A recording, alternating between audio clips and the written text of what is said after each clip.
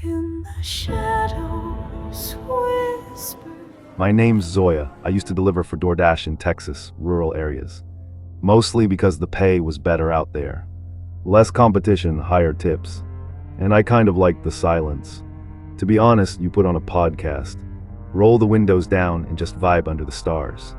I quit last October after something happened on a delivery run near Glen Rose. I haven't driven at night since, not even to the gas station. Here's why. It started out normal. I was in the middle of a night shift, a 7 p.m. to 2 a.m. grind. Trying to save up for a new phone and pay rent. Just me, my beat-up Hyundai, and a thermos full of Red Bull and melted ice. I just dropped off a Chick-fil-A order to this guy on a ranch out past Highway 67. Total cowboy vibes. Dude came out in boots and a bathrobe. Tipped me $12 in cash, legend. Then the app pinged me with a new order, Taco Bell. To a location about 30 minutes away. Outside a town called Nemo. I hesitated because the map showed a weird route, backroads only. No main highway access, just a winding gray line through a place called Wicker Grove. I'd never heard of it, but the payout was $23. So I accepted. Worst mistake of my life. At first, the drive was chill. Flat two-lane blacktop, trees on either side. Open sky above, I was blasting music.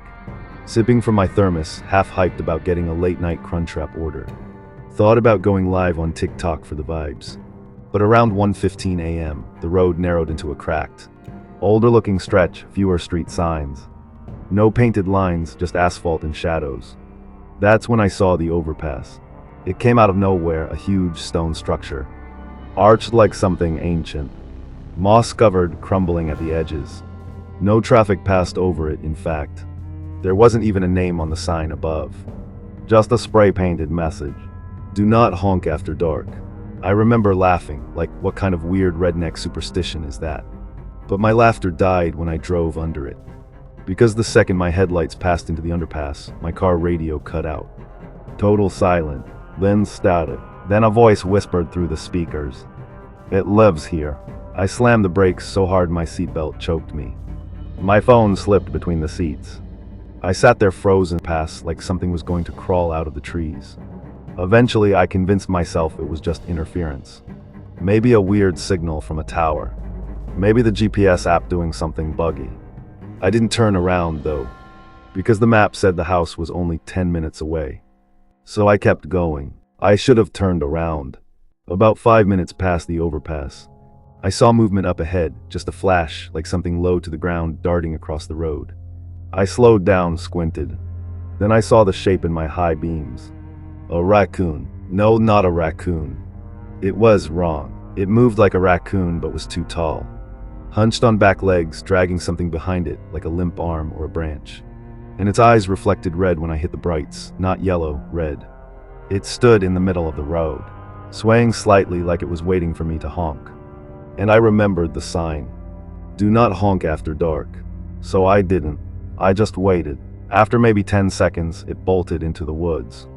I gunned it. I reached the delivery address at 1:37 a.m. It was a small blue house at the end of a gravel path.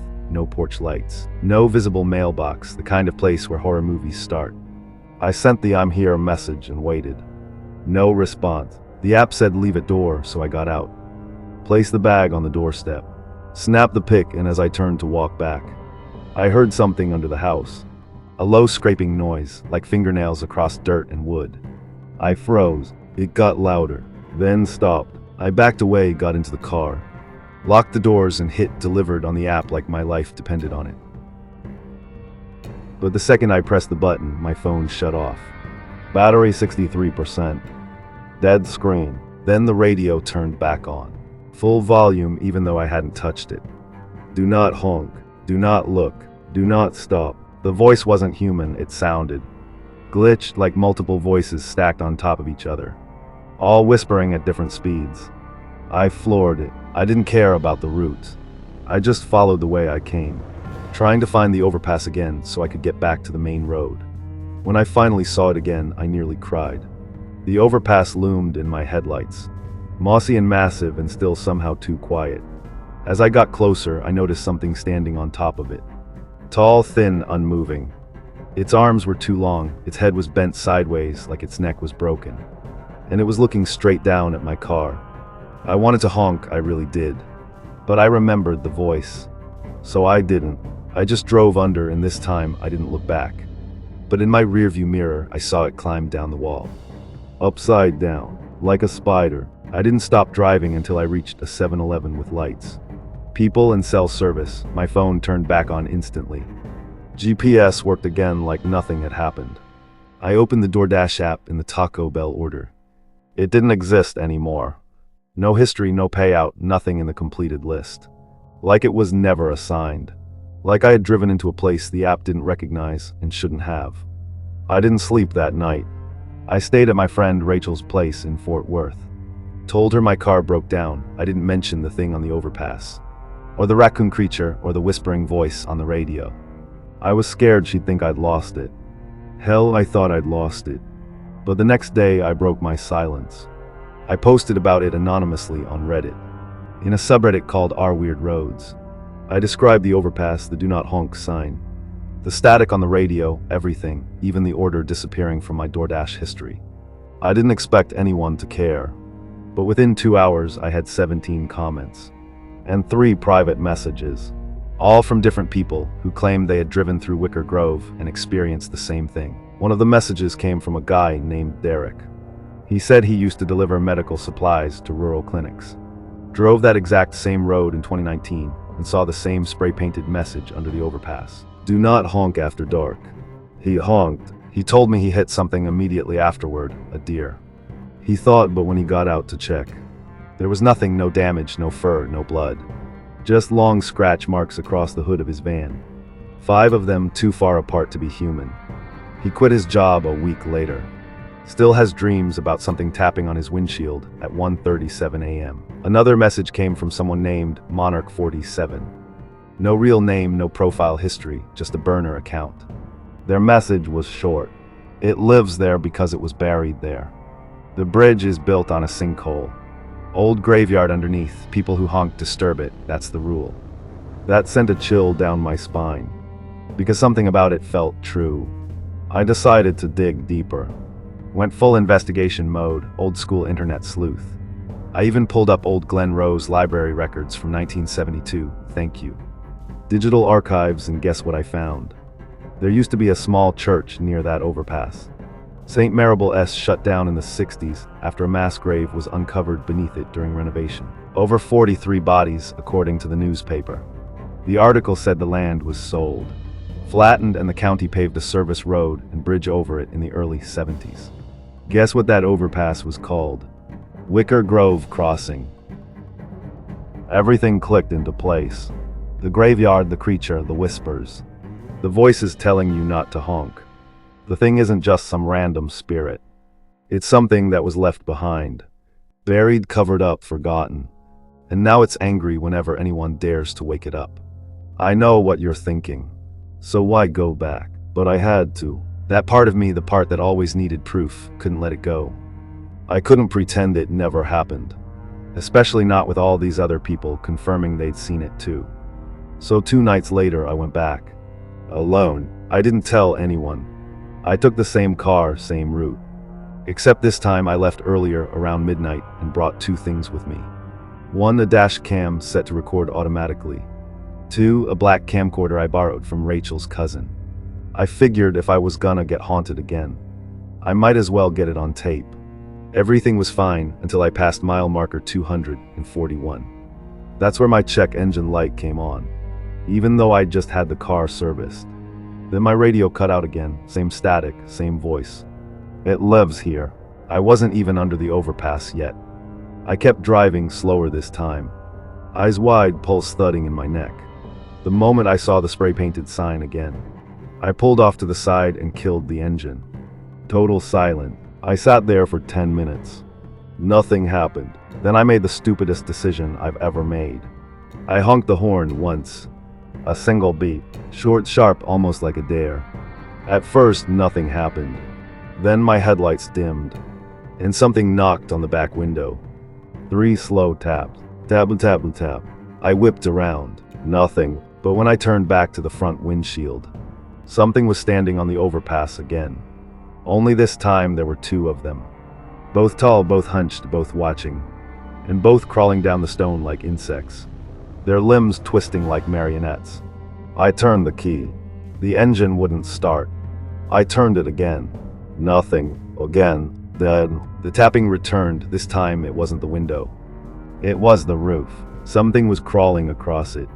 Then from inside the glove box, my camcorder powered on by itself. Beep, record light on, pointed straight at me. And the radio whispered, "Now you belong." My hands were shaking. The camcorder kept rolling, its little red light blinking at me. I wasn't even touching it. It sat on the passenger seat, powered on by itself, like it was watching me, or like something else was. Then the roof of the car groaned. Whatever was crawling up there was heavy. I didn't want to move. I just sat there paralyzed, staring at my frozen dashboard. Then bam, something slammed down on the windshield. I screamed. The glass didn't break, but it rippled like something was testing it. I caught a glimpse of a pale hand, way too long, dragging sharp fingers across the glass, leaving behind scratches that glowed faintly in the dark, like veins. I don't even remember turning the key again. But suddenly the engine coughed to life. I didn't hesitate, I floored it. The tires kicked up gravel and my car fishtailed. Nearly spinning out, I aimed straight for the overpass, hoping to outrun whatever was on top. Just before I passed under, I made the mistake of looking up. It was hanging there, upside down, face right above my windshield. Its mouth was too wide, its eyes were sunken, black and dripping something onto the hood. And it was smiling, not like a person, like an animal pretending to be one. I closed my eyes and drove under. Everything went silent. The moment I hit the other side, the engine roared, the radio came back on. The dash cam shut off, my headlights brightened. It was like nothing had happened. Except the roof of my car was dented in, and my windshield had 5 long scratches that looked burned in, not scratched. I didn't stop driving for hours. Not until I hit Fort Worth again. And the streetlights felt real, and the gas station cashier gave me a weird look when I stumbled inside, pale and shaking. I didn't explain, just bought water and sat in my car until sunrise. Later that morning, I checked the camcorder footage. Most of it was static, just me breathing, heavy and scared. But right after the engine started, right before I floored it, the mic caught a whisper. A voice distorted and layered. Not male, not female, just wrong. It said, 3 times is all you get. I don't know what that means. I've only been back twice. That was almost a year ago. I don't DoorDash anymore, I don't drive after dark. And I don't talk about that night unless I'm really sure someone will believe me. But here's the thing that still keeps me up.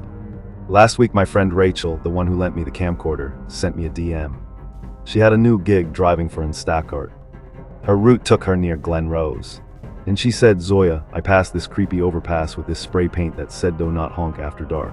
What's that about? Should I be worried?" I didn't answer, because when she sent the message, it was 1:37 a.m. I started long-haul trucking 2 years ago. When I was 22, I wasn't really passionate about it or anything. Honestly, I just needed to get away from home. From my mom's boyfriend, from a job I hated at a vape shop. From people who never stopped judging, you know how it is. It was supposed to be temporary, just something I did until I figured out life. But one thing they don't tell you is how easy it is to disappear in a truck. You're alone, blasting music, eating snacks you swore you wouldn't touch again, and losing track of days. You stop feeling like a person after a while. Just a set of eyes on the road. Anyway, this happened in January of last year. Middle of nowhere, North Dakota. One of those back highways with no real traffic.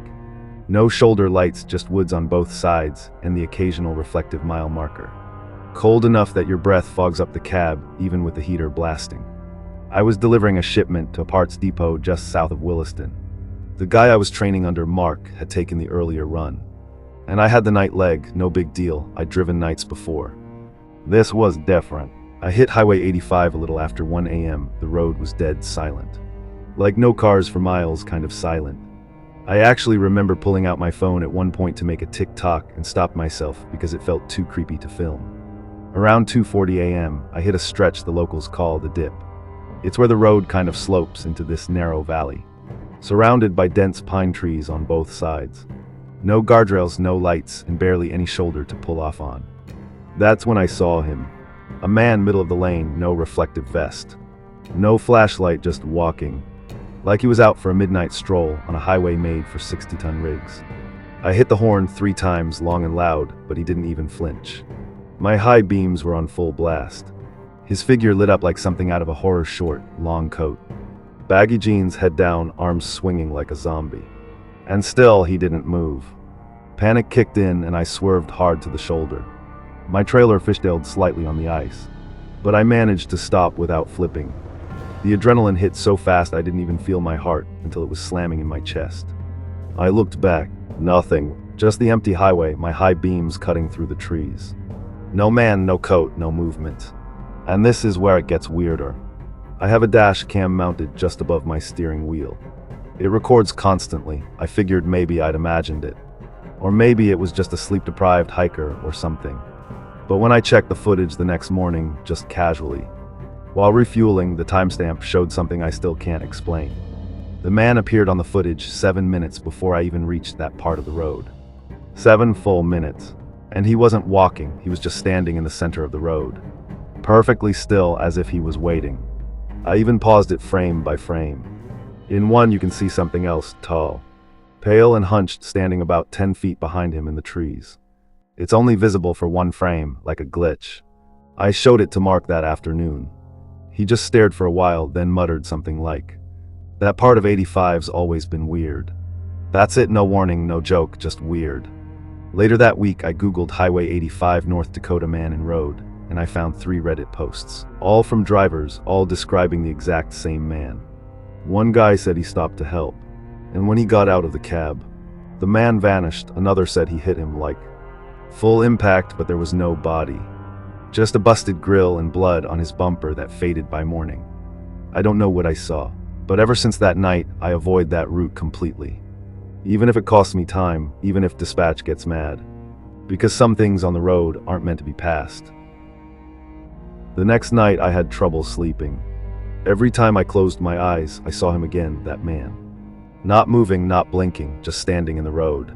Like he was still waiting for me to come back. I had this weird, looping dream that night too. I was back in the truck, driving. But every time I passed the same pine trees, the GPS kept glitching. The screen flashed numbers, not coordinates. Just numbers, first 85, then 7, then 240, over and over. I woke up at exactly 2:40 a.m. I know how that sounds, like a bad creepypasta. But I checked my phone and it really was 2:40 on the dot. I even took a screenshot, felt too messed up not to. I didn't say anything to Mark the next morning. He already thought I was being dramatic. Just told me don't mess with that spiritual crap and stay off Reddit. I went about my route like normal for the next few days. A couple drop-offs near the Montana border. Then a return run south, but the dreams didn't stop. On the 3rd night, the GPS glitch really happened. I was outside Bismarck, halfway through a 4-hour leg, just listening to a podcast, zoning out, when suddenly Google Maps rerouted me. The voice said turn left in 300 feet, even though I knew damn well there was no turn there. I looked up and sure enough, there was a tiny break in the trees I'd never noticed before, like an old paved service road. The creepy part, the GPS said turn left onto Old 85. Old 85. That road hasn't existed in years. I checked later and there's no Old 85 on the map. I even zoomed in, tried satellite view, nothing, just forest. But that night it was there, real enough that my headlights lit up a crumbling road sign covered in vines and frost. Old 85 county maintained. I didn't turn, I gunned it past the gap like a bat out of hell. For the rest of the night I kept checking my mirrors, swearing I saw someone walking just behind my trailer, every single time. And I swear to God, every time I glanced at my dash cam screen, the time was frozen on 2:40 a.m. No matter what time it actually was. I pulled over eventually just to reset the whole system, thinking maybe it was just a software bug. But the footage still showed that timestamp when I reviewed the SD card later. Same exact frame too. Man in the road, high beams, fog curling up around his legs. Except this time his head was turned toward the camera. The next morning I called my sister. She's the only person who really takes me seriously. She works in digital media and she's kind of into ghost stuff. She said something that chilled me more than the footage. If he wasn't facing you before, and now he is, maybe he knows you're watching him. I didn't know what to say. It felt stupid to admit how scared I was. Like I'm a grown adult hauling freight, and here I am scared of some glitchy road ghost. But she wasn't wrong. Something had changed. Later that week, I took a route I'd driven dozens of times before. This time I hit a detour. Snowstorm had shut down part of I-94. So I had to go through a series of side roads to get back on schedule. I didn't even realize until it was too late. My route had taken me within 10 miles of the dip. And at exactly 2:39 a.m., my headlights started flickering. That's not normal. I keep my rig maintained like a freak. I even have extra batteries and backup systems wired in. These lights do not flicker. But they did. For maybe 5 seconds, just enough for my stomach to twist and my throat to dry out. When the lights came back on, my entire cab screen lit up with an alert. Cam error reboot required. I hadn't touched the cam. It just rebooted itself, and when it came back online, the screen showed one frozen frame. The man, standing dead center in the road. But this time he was smiling. That's the first time I almost quit. Right then, I actually pulled off at the nearest gas station. Left the truck idling, walked inside, and just stood by the coffee machine for like 20 minutes shaking. The cashier looked at me and asked if I needed a paramedic. I told him I was just tired. But the truth was, I could still see the man behind my eyes. That crooked smile, those dead, colorless eyes, the weird shimmer in the fog that almost made it look like there was something standing behind him. Some kind of shadow or silhouette that bent the air around it. Like a heat wave, but wrong. When I got back to my truck, there were footprints in the frost just outside the driver door. Bare feet, no shoes, leading in a line from the trees straight up to my cab. That night, I called Mark again. I told him everything, from the dreams to the GPS reroute to the frozen camera footage.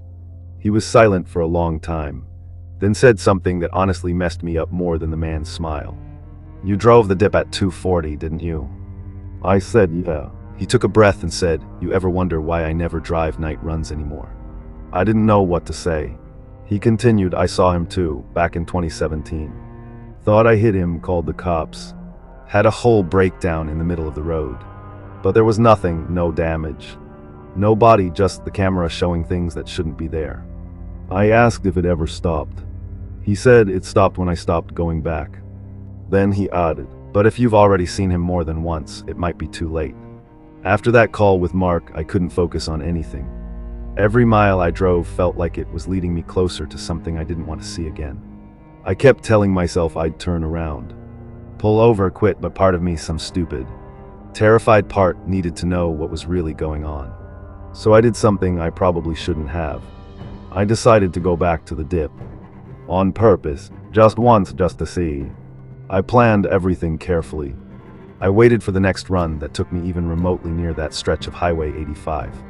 And I volunteered to drive the night shift. Told dispatch I didn't mind. I even made up some lie about traffic being lighter at night. Mark didn't say anything. He just stared at me when I told him. Not like I was crazy, more like he was sad. Like he knew I wasn't coming back the same. The night I returned was colder than any night I remembered. The trees looked different, taller. Thicker, the highway itself felt narrower. Like the forest was leaning in. And just like before, 2:40 a.m. sharp, I saw him. Standing in the exact same spot. Only this time he was facing me already. No walking, no movement, just standing there. Head tilted slightly, arms limp at his sides. His coat was different, tattered. Soaked like he'd just crawled out of a river, and his face. It was wrong. Too long, too still, like his skin didn't fit properly. I slowed down, not because I wanted to, but because I couldn't help it. My hands were locked on the wheel. My foot eased off the gas without thinking. That's when my radio crackled. "You came back." The voice was whispery, off, like it was being dragged through static and ice. I didn't recognize it, but it was coming through the CB, which wasn't even tuned to a channel. I stared straight ahead. The man raised his hand. Not to wave, not to signal. Just lifted it like he was about to knock on a door. Then the engine cut. Dead silent. No power, no headlights, no hum of the cab. Just me and him. And the thing behind him, because yes, it was there again, that shadow taller than the trees.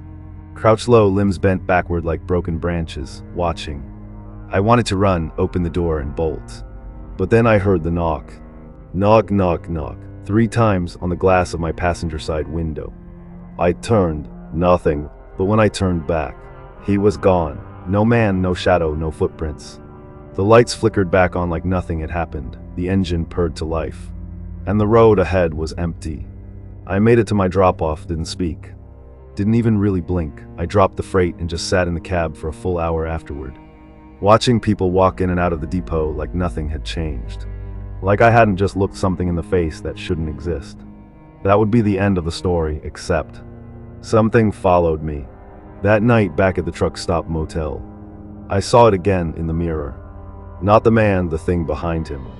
For a split second, as I brushed my teeth in the tiny motel bathroom, I saw a tall, hunched shape standing behind me in the reflection. When I turned around, nothing was there. But the mirror had fogged up and written in the condensation were the numbers. 240. It's been 6 months since then. I don't drive anymore, I quit the job. Moved back south, took up some boring tech support gig working from home. But sometimes around 2:40 a.m., my phone lights up. No notifications, no messages, just lights up on its own. And once the screen flickered with a GPS prompt. Turn left onto Old 85. We were just trying to go to a concert. Me and my boyfriend Liam had been planning it for weeks, a 3-hour road trip to see some underground band he found on TikTok. One of those weird genre-blending groups that sounds like indie. Horrorcore and Vaporwave had a baby, very Gen Z of us, I know. We were about 90 minutes in when my phone vibrated with a route updated notification from Google Maps. I didn't think much of it, there was traffic up ahead on the interstate. So it auto-rerouted us onto a state highway. Looks like we're taking exit 197 instead, I said. Liam just nodded and took the off-ramp without a second thought. Problem is, exit 197 doesn't exist. At first, everything looked normal. 2-lane highway, some dead trees. A big water tower off in the distance. The kind of backroad scenery you scroll past on your camera roll and forget instantly. But a few minutes in, I noticed something weird. We hadn't seen a single car going the other way. No signs, no gas stations, just endless gray road. Stretching out under a dull orange sky like sunset was stuck in place. Are you sure this is the right way? Liam asked. I checked the map again. It still showed us on Route 197, but there was no ATA. No arrival time, no traffic updates. Just a pin floating in the middle of a blank stretch. I zoomed in. The only label on the map was a small black dot that said, Nestor. Never heard of it. I looked it up and nothing came up on Google. Not even Wikipedia. Just one sketchy forum post that read, Nestor isn't a town, it's a loop. You don't find it, it finds you. I showed Liam. He laughed at first, then got quiet. Maybe we turn around. We tried, but the road behind us was gone. I swear to God, the moment we U-turned, we realized the pavement just ended about 40 feet back, like it had been swallowed up by dirt and trees. Just bare land, no road, like it had never been there. That's when we saw the gas station. It appeared around a bend that wasn't there before, this tiny, rusted old shack of a station with one pump, a busted roof and a flickering red neon sign that said, open. We pulled in because we didn't know what else to do. My phone had no bars, Liam's phone was glitching, his wallpaper had turned completely black, and the battery said 666%. Not even kidding. The moment we stepped out, we noticed the air. It was too still, not quiet still. No bugs, no wind, no distant highway hum, just complete dead silence. Inside the gas station was worse. Everything was outdated, like 1990s rural horror movie vibes. Tube TV on the wall playing static. A rack of snacks that looked decades old. And behind the counter sat a man who didn't blink once in the 5 minutes we were there. He just stared at us. Didn't speak, didn't smile, just stared. Liam walked up and asked, hey, is there another way to get to Highway 10? No response. I asked if there was a bathroom. Still nothing. I was about to leave when I noticed the map behind the counter. It was hand-drawn. Old paper, yellowed, curled at the edges. Labeled Town of Nestor in smudged pencil. No highways, just one road in. Looping through a set of hills, ending in a place called The Circle. I asked the man, what's the circle? This time he blinked. Once, then he said, Don't miss the turn. That's all. No explanation. Just those 4 words. We left immediately. Got back in the car and tried to retrace the road. But the GPS still showed nothing but that pin floating in blankness. We passed the same tree 3 times. Same mailbox. Same dead dog on the shoulder. Flies stuck in midair like they were frozen. Liam started freaking out. He kept saying his ears were ringing. Like some high-pitched tone only he could hear. He pulled over and screamed into the steering wheel. That's when the radio turned on by itself. No music, just a whispering voice, layered and low. It said, "Do not miss the turn." Same exact words the gas station guy said. We kept driving until we saw a wooden sign by the road. Nestor Loop next right. We turned without thinking. No signal, no logic. Just instinct. That's when we hit the circle. The turn onto the Nestor Loop felt wrong the second our tires crossed the line. There was no road sign, no pavement. Just a narrow dirt trail between 2 rows of decaying pine trees. The kind of place you don't turn down unless you're in a horror movie or completely out of options like we were. The second we made that turn, the sky changed. It had been sunset orange before, now it was just gray. Like old TV static, but as sky. And the road behind us, gone. Just forest. We followed the loop for what felt like hours. No other cars, no houses, no turnoffs. Just the same curve over and over. Every few minutes we pass a crooked white sign nailed to a tree. Nestor welcomes you. But the thing is, the sign kept changing. The first time we passed it, it was clean, new looking. Next time, it had blood smeared across the middle. Third time, the words were scratched out. Fourth time, the sign was upside down. Liam turned to me and whispered, "We're not getting out of this." I wanted to tell him he was wrong. That this was just some crazy back road with bad signal, and maybe our brains were playing tricks on us. But deep down, I knew he was right. Eventually we saw a building. A motel half sunken into the ground. Like the earth was swallowing it whole. The neon sign above the front flickered on just as we pulled up. We didn't want to go inside, but we also didn't want to keep driving in loops until we ran out of gas, so we parked, got out. The second we stepped inside, it felt like walking into a freezer, not just cold, wrong. The man behind the counter looked familiar. Too familiar. Same dead-eyed stare as the gas station guy. Same weird plastic smile. But this one spoke. One room, no checkout. We didn't even answer. He slid a key across the counter, room 6, and pointed down the hallway without ever blinking. I took the key. That was another mistake. Room 6 looked like every cheap motel ever. Thin mattress, buzzing TV, curtains that didn't quite close all the way. But the second I walked in, I froze. On the wall across from the bed was a framed photo. It was me and Liam. Same clothes, same expressions. But taken from behind like someone had snapped the picture while we stood in front of the circle rest sign. Problem is, that photo didn't exist. We hadn't taken it. I turned to show Liam. He was already staring at something else. The mirror. Except there was no reflection. We both stood there facing the glass, but it showed an empty room. That's when I said we're leaving.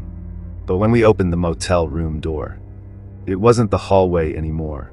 It was the gas station. Same flickering sign. Same rusted pump. Same silent man behind the counter. Except now his mouth was stretched into a wide, impossible grin. Blood dripping down his chin. He raised one finger, pointed directly at us, and said, "Missed the turn." Then everything snapped. Suddenly we were back in the car, parked. Except now there were 2 of us in the front seats. Us sitting frozen, eyes open, unmoving.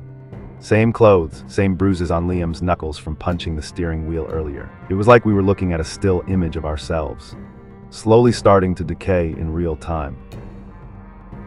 I reached out to touch the car window. The version of me inside blinked. Just once, then smiled. We ran. I don't even remember running. Just trees, dirt, my lungs burning. We ran until the air changed, until we heard real sounds again.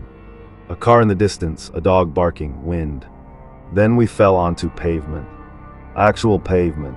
And when we looked up, we were standing on the shoulder of the highway. Mile marker 196. Exit 197 was gone. The road behind us completely smooth.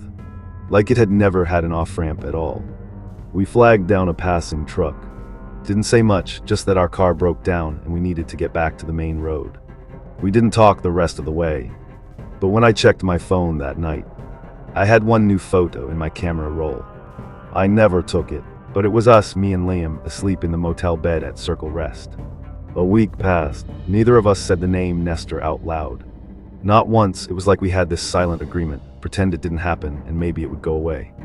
But it didn't. The night after we got home, Liam texted me at 2:03 a.m. Just one word: Mira. I FaceTimed him immediately. He looked shaken, pale, said he caught a glimpse of himself in the bathroom mirror, but the reflection wasn't doing the same thing. It just stood there, smiling. He swore it whispered something he couldn't understand. After that night, every mirror in his apartment got covered with sheets. Mine too. We didn't sleep, didn't go out, didn't talk to anyone else about it. But every now and then, my Google Maps would glitch. Only for a second. A quick flicker, but it always showed the same route. Exit 197, reconnect. Like it wanted me to go back. I started searching again. Deep Reddit threads, abandoned blogs, even old scanned PDFs from local Texas archives. I finally found a forum thread from 2006, long before smartphones were mainstream. A user named Halftern talked about getting off a strange exit west of Fort Worth on the way to see a band. Their last post was short. It doesn't let everyone leave. If you do, it will eventually ask you to come back. It always asks the second time, you don't get a third. There were no replies. That user was never active again. One night, Liam disappeared. No texts, no calls. I drove to his apartment, unlocked the door with the spare key I had. The place was empty. Completely. No sheets on the mirrors, no clothes, no dishes in the sink. The only thing left was a hand-drawn map taped to the fridge. A circle, one arrow pointing inward. One phrase at the bottom: do not miss the turn. I knew then what he had done. He went back. For weeks I waited for news. Nothing. No sightings, no calls. But then my phone rang. Blocked number. I answered. At first all I heard was road noise. Tires on gravel, wind against glass. Then a voice. It was Liam's voice, but slowed down, warped. Like a cassette melting in real time. You don't leave, you stay. Then, there's a second exit under the sky. Then, bring someone with you. Click. That night, my dreams started bleeding into each other. I kept waking up thinking I was still in the motel. Kept finding bruises on my arms that weren't there the day before. Kept hearing the voice of the gas station man whispering. Third time's a key, fourth time's a door. It never made sense. Until today. Today I was driving to my cousin's place just outside Dallas. Had a podcast on, half zoned out, same way I always drive. Then my GPS pinged. Exit 197, faster route available. I slammed the brakes. Not because I almost missed it. Because this time there was an actual off-ramp. Paved, the sign posted. Exit 197, Nestor /3 miles. Like it had always been there. Like the highway itself had changed. Like it was waiting.